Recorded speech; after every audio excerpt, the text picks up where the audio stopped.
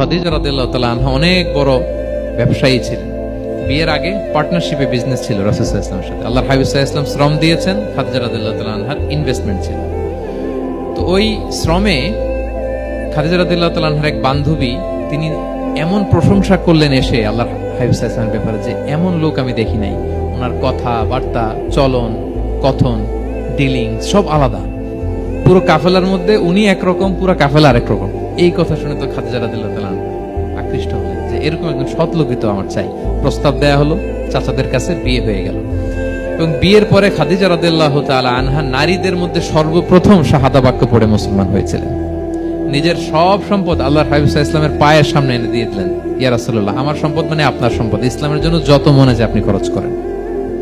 অযথাকা আইলান ফাগনা, আপনাকে আল্লাহ নিঃস্ব পেয়েছেন, সম্পদের ব্যবস্থা করে দিলেন। পরবর্তীতে মদিনায় যে খায়বার যুদ্ধের পরে অনেক সম্পদের ব্যবস্থা আল্লাহ তাআলা